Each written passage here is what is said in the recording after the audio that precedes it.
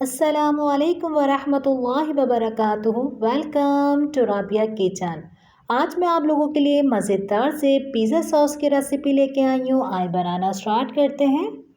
4 kilo टमाटरों को अच्छी तरीके से वॉश कर लेंगे और टमाटर भी हमें सख्त वाले लेने, नरम का काम नहीं है। सबसे पहले एक बॉल लेंगे, इसके अंदर हम अपने टमाटरों की कटिंग करेंगे। टमाटरों की कटिंग भी इस तरीके से 4 टुकड़े कर लीजिए।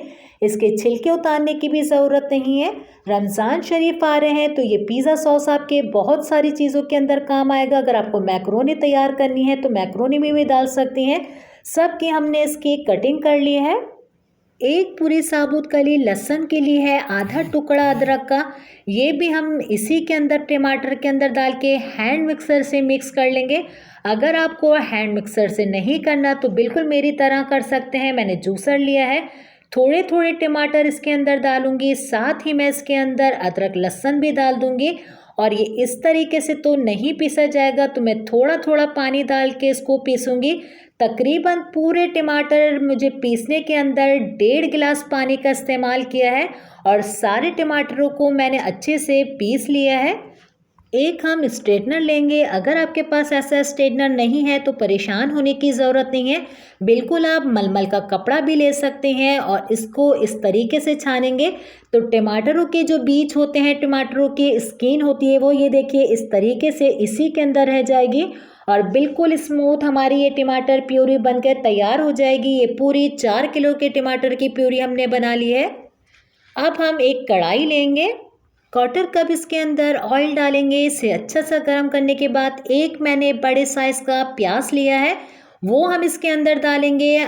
ऑयल हमने इसलिए डाला है क्योंकि हमारी सॉस के अंदर एक शाइनिंग रहेगी और ये महफूज होने में बहुत इसकी मदद करता है। अच्छे से इसको हमें कलर देना है। ये देखिए इस तरीके से खूबसूरत कलर आ जाए इसका।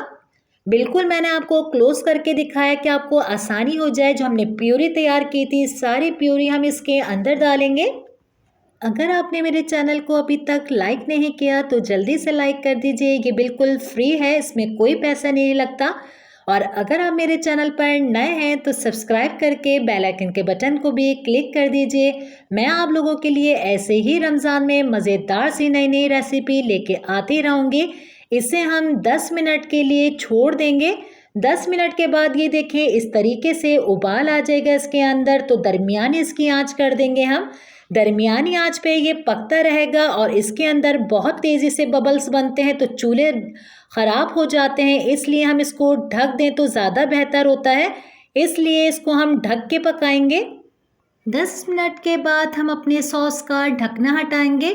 इसके अंदर कुछ सॉसेस और स्पाइसेस डालते हैं जो हमारे मज़ेदार से पिज़्ज़ा सॉस बनकर तैयार होगी। 1 कप चिली सॉस लिया है मैंने, ये डालेंगे इसके अंदर। आधा कप इसके अंदर सोया सॉस जाएगी। साथ ही हम इसके अंदर अब स्पाइसेस डालेंगे। 2 चम्मच कश्मीरी लाल मिर्ची पाउडर। याद रखिएगा इसके अंदर कोई तेज़ी नहीं होती है, ये सिर्फ कलर के लिए होती है। 2 चम्मच कुटी हुई लाल मिर्चें, 2 चम्मच नमक, 2 चम्मच चिकन पाउडर जाएगा इसके अंदर और 1 चम्मच भर के लाल मिर्चें पाउडर का डालेंगे। और 4 किलो सॉस के अंदर 1 केचप का शाशे जाएगा इसके अंदर, पूरा शाशे ये डालेंगे हम केचप का। और अच्छे से इसको मिक्स करेंगे। ये हमारी मज़ेदार सी पिज़्ज़ा सॉस बनेगी। इसको अच्छे से मिक्स कर लेते हैं मसाले को। साथ ही हम इसके अंदर ऑरिगानो डालेंगे, 2 चम्मच डालेंगे और इससे इतना ज़बरदस्त पिज़्ज़ा फ्लेवर निकल कर आएगा। अच्छे से सब चीज़ों को हम मिक्स कर लेते हैं। 10 मिनट तक मैंने इसको पकाया है। 10 मिनट के बाद इसको हम एक प्लेट के अंदर डाल के चेक करेंगे। चेक करने का तरीका ये देखिए, मैंने इसको डाला है तो इसका पानी बिल्कुल अलग हो गया है। ये हमें इस तरीके से हमारी सॉस बिल्कुल नहीं चाहिए। इसको हम मज़ीद पकाएंगे और पकाते पकाते तकरीबन मुझे इसको 25 मिनट और लगे हैं। इसकी शक्ल अब आप देख सकते हैं। इसको दोबारा से हम ट्राई करेंगे, इसी प्लेट के अंदर डालेंगे। इसकी भी आप शक्ल देखिए कितना गाढ़ापन आ गया है, ये हल्का सा टन गया, इसके अंदर कोई पानी नज़र नहीं आ रहा होगा आपको। ये हमारी बिल्कुल परफेक्ट तैयार हो चुकी है पिज़्ज़ा सॉस। और आप इसकी शक्ल भी देख सकते हैं, कलर बिल्कुल इसका बाज़ारों की तरह आया है। इसको मैंने चूल्हे से उतार के ठंडा कर लिया है। ठंडा करने के बाद भी इसकी आप शक्ल देख सकती हैं। रमज़ान में बनाएं, एंजॉय करें और मुझे अपनी दुआओं में याद रखें। ये छोटे छोटे काम रमज़ान से पहले आप करके रख लेंगे तो आपको इबादत करने में बहुत अच्छा लगेगा। उम्मीद करती हूँ आज की रेसिपी अच्छी लगी होगी। इंशाल्लाह नई रेसिपी के साथ फिर हाजिर होंगे। अपना अपने वालिदैन का बहुत ज़्यादा ख्याल रखेगा, मुझे अपनी दुआओं में याद रखेगा। अल्लाह हाफ़िज़।